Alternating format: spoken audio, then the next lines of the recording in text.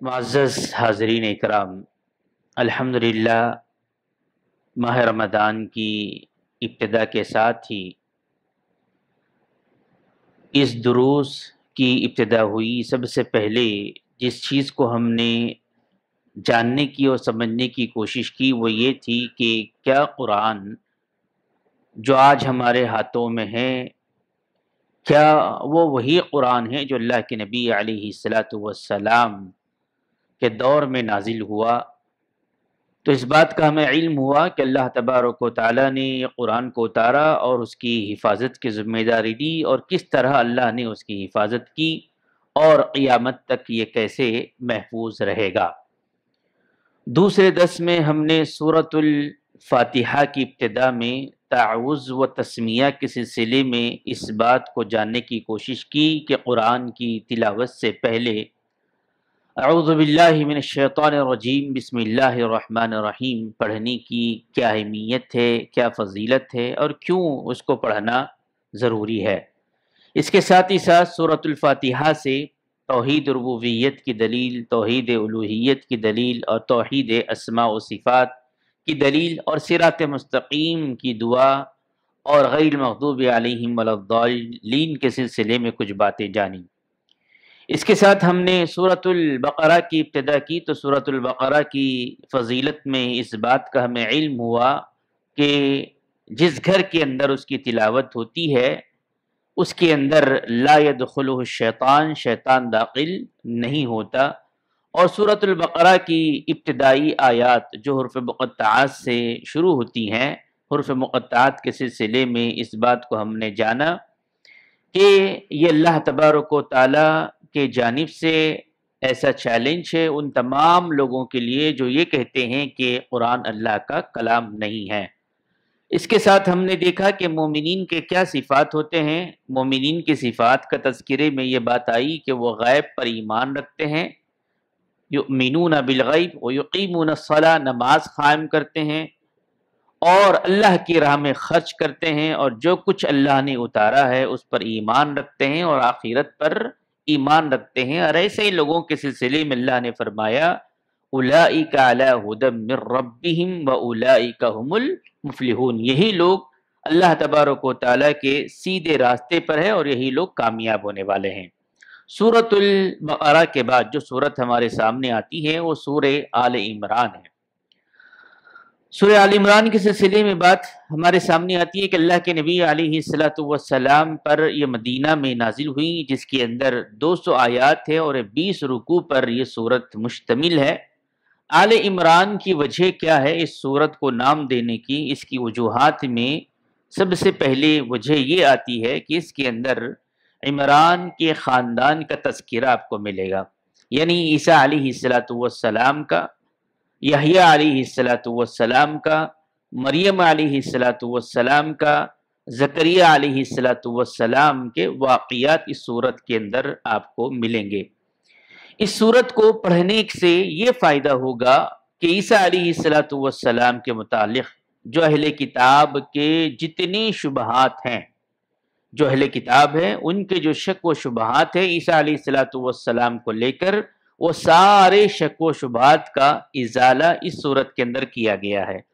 اور اس سورت کے مطالعے کرنے سے ہم عیسیٰ علیہ الصلاۃ والسلام کی شان میں غلطی کرنے سے بچتے ہیں، اور اس کی فضیلت اس سورت کی ہمیں ملتی ہے۔ امام احمد رحمہ اللہ نے اپنی کتاب میں اس کو نقل کیا ہے، راوی بریدہ رضی اللہ تعالی عنہ ہے، وہ بیان کرتے ہیں کہ اللہ کے نبی علیہ الصلاۃ والسلام نے فرمایا کہ جو شخص سورۃ البقرہ اور سورہ آل عمران کو سیکھے گا، پڑھے گا، سورۃ البقرہ اور سورہ آل عمران دونوں سورتوں کا یہاں پر تذکیر آیا، جیسے کہ گزشتہ درس میں آپ نے سورۃ البقرہ کی خصوصیت ایک حدیث سے دیکھی کہ لا يدخل الشیطان، اور یہاں پر اس حدیث کے اندر سورۃ البقرہ اور سورہ آل عمران کو شامل کرتے ہوئے یہ بات ہمارے سامنے آتی ہے کہ یہ دو خوشنما ایسے پودے ہیں، سورہ بقرہ اور سورہ آل عمران، جو قیامت کے دن پڑھنے والوں پر بادل کی طرح سایہ فگن ہوں گے۔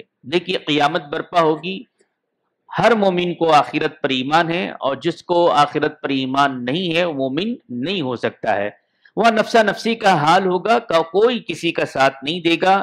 ایسی صورت میں کوئی سایہ نہیں ہوگا اللہ کے عرش کے سائے کے علاوہ۔ تو ایک خوشخبری یہاں ہمیں ملتی ہے سورۃ البقرہ اور سورہ آل عمران کے ذریعے کہ جو ان کی تلاوت کرے گا، ان کو پڑھے گا، ان کو سمجھے گا، اس پر عمل پیرا ہوگا، قیامت کے دن یقیناً یہ بادل بن کر سایہ فگن ہوں گے۔ اس فضیلت کے بعد اس کی آیت نمبر 7 کو ہم لے کر کچھ جاننے کی کوشش کرتے ہیں۔ اللہ نے اس کی آیت نمبر 7 میں یہ بات کا حکم دیا کہ هو الذی انزل علیک الکتاب منہ آیات محکمات، ہم نے اس کتاب کے اندر کچھ آیتوں کو محکم اتارا ہے۔ محکم کا معنی کیا ہے کہ اس کے اندر احکامات ہم کو ملتے ہیں، مسائل ہم کو ملتے ہیں، واقعات ہم کو ملتے ہیں، قصص ہم کو ملتے ہیں، جس کا معنی مفہوم ہر انسان بڑی آسانی سے سمجھ سکتا ہے، جس کے اندر کوئی شک و شبہ پیدا نہیں ہو سکتا ہے۔ دوسری جو آیتیں ہیں جس کے سلسلے میں اللہ نے فرمایا کہ اس کے اندر وہ اخر متشابہات، اور کچھ متشابہت آیتیں ہیں، جس سے مثال کے طور پر اللہ کی ہستی کیسی ہے ہم نہیں جانتے، اس کی شایان نشان ہے، لیس کمثلہ شیء، اس کی کوئی مثال نہیں دی جائے گی۔ جنت کا تذکرہ آتا ہے، جنت کے بارے میں ہم دیکھتے ہیں لیکن تصور نہیں کیا جا سکتا، تو کسی کے دل و دماغ میں بات بیٹھ نہیں سکتی، یا الا ماشاء اللہ کسی کے بیٹھ بھی جائے تو اس کا تصور نہیں لیا جا سکتا۔ دوزخ کا تذکرہ آتا ہے، ملائکہ کا تذکرہ آتا ہے، تو ایسی کچھ آیتیں جس کو سمجھنا آسان نہیں ہوتا، یہاں پر عقل قاصر ہو جاتی ہے، تو یہاں سے کچھ لوگ ایسی تعویلیں کرتے ہیں جہاں سے گمراہی کے راہ پر چلے جاتے ہیں، جس کے سلسلے میں اللہ نے کہا فی قلوبہم زیغ، ان کے دلوں میں کیا ہوتا ہے، کجی ہوتی ہے، جس کی وجہ سے وہ فتنہ برپا کرتے ہیں۔ ایسی صورت میں ہمیں کیا کرنا چاہیے؟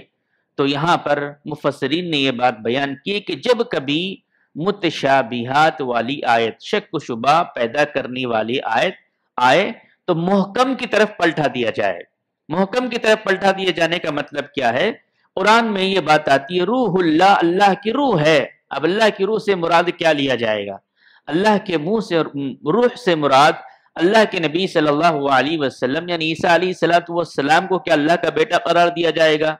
کلمت اللہ کہا گیا، اللہ کا کلمہ، تو کیا اس سے مراد عیسیٰ علیہ السلام کو اللہ کا بیٹا قرار دیا جائے گا؟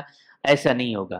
اگر آپ اس کو دیکھیں گے تو عیسیٰ علیہ السلام نے خود کہا کہ میں عبداللہ، اللہ کا بندہ اور اس کا رسول ہوں۔ تو محکم کی طرف ہم چلے جاتے ہیں تو متشابہات واضح ہو جاتی ہیں، اور اللہ تبارک و تعالیٰ نے یہ بات بیان کی کہ وَمَا يَعْلَمُ تَأْوِيلَهُ إِلَّا اللَّهُ، حقیقی کچھ چیزوں کا جو معنی اور مراد ہے وہ اللہ تبارک و تعالیٰ ہی جانتا ہے، اس کے علاوہ کوئی اور نہیں جانتا۔ تو یہاں اس بات کا ہمیں علم ہوتا ہے کہ اس صورت کے اندر کچھ آیتیں محکم ہیں اور کچھ آیتیں متشابہات والی ہیں، اور دو تین باتیں آگے ہم دیکھتے ہوئے بات کو ختم کریں گے۔ اسی صورت کے اندر ایک چیز اور آئی ہے جس کو ہم تسلیم کر چکے ہیں، ہم کہتے ہیں کہ ہمارا دین اسلام ہے۔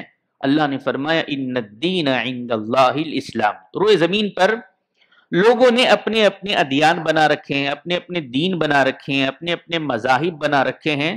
ان تمام ادیان میں، سارے روئے زمین میں کوئی قابل قبول دین ہے تو وہ دین اسلام ہے۔ الحمدللہ، اللہ کا ہمیں شکر ادا کرنا چاہیے کہ اللہ نے اتنی بڑی نعمت ہمیں نوازی، اور اس کے علاوہ جتنے ادیان ہیں اس کے سلسلے میں اللہ نے فرمایا وَمَن يَبْتَغِي غَيْرَ الْإِسْلَامَ دِينًا فَلَن يُقْبَلَ مِنْهُ وَهُوَ فِي الْآخِرَةِ مِنَ الْخَاسِرِينَ۔ اگر کوئی شخص اس روئے زمین میں دین اسلام کے علاوہ کسی اور دین، کسی اور مذہب کو مانتا ہے تو وہ اس سے قابل قبول نہیں ہوگا، وہ آخرت میں خسارہ اٹھانے والوں میں اپنا شمار کر رہا ہے۔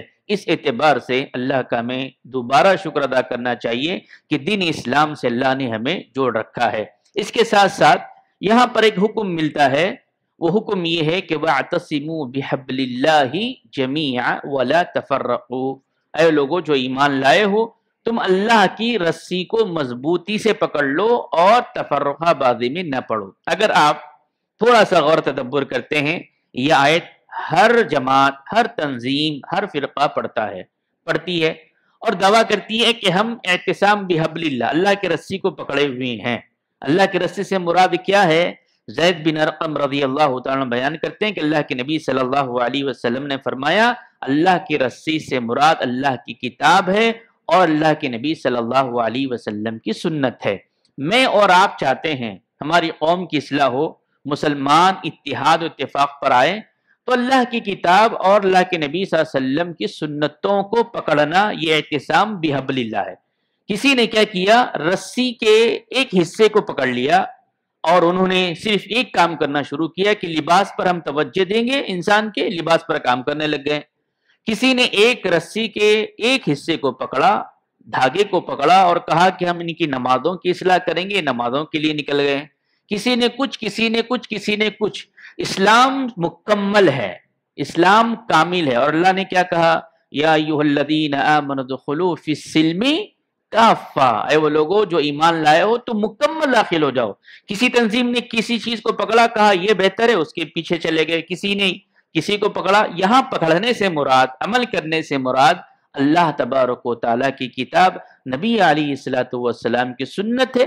تو سنت کے مطابق ہی دین کی دعوت ہوگی، طریقہ نبی صلی اللہ علیہ وسلم کا ہوگا، چاہے وہ دعوت کا مرحلہ ہو، تبلیغ کا مرحلہ ہو، نمازوں کا مرحلہ ہو، عقیدے کا باب ہو، اخلاقیت کا باب ہو، لباس کا باب ہو، سارے زاویے میں لقد کان لکم فی رسول اللہ اسوۃ حسنہ کے تحت ہم اللہ کی کتاب کو پکڑیں گے، سنت رسول صلی اللہ علیہ وسلم کو پکڑیں گے تو یقیناً ہم اتحاد و اتفاق پر گامزن ہوں گے۔ آخر میں اللہ نے فرمایا تم بہترین امت ہو اور تم پر دو طرح کی ذمہ داری ہے، تأمرون بالمعروف و تنہون عن المنکر، تم لوگوں کو نیکی کا حکم دیتے رہو اور برائی سے روکتے رہو، جب تک اس کام کو انجام دیتے رہو گے یقیناً تم خیر پر شامل رہو گے۔ تو یہ کچھ باتیں اس صورت کے اندر آپ کے سامنے رکھی گئی۔ اللہ سے ہم دعا کرتے ہیں اللہ تبارک و تعالی ہمیں حقیقی معنوں میں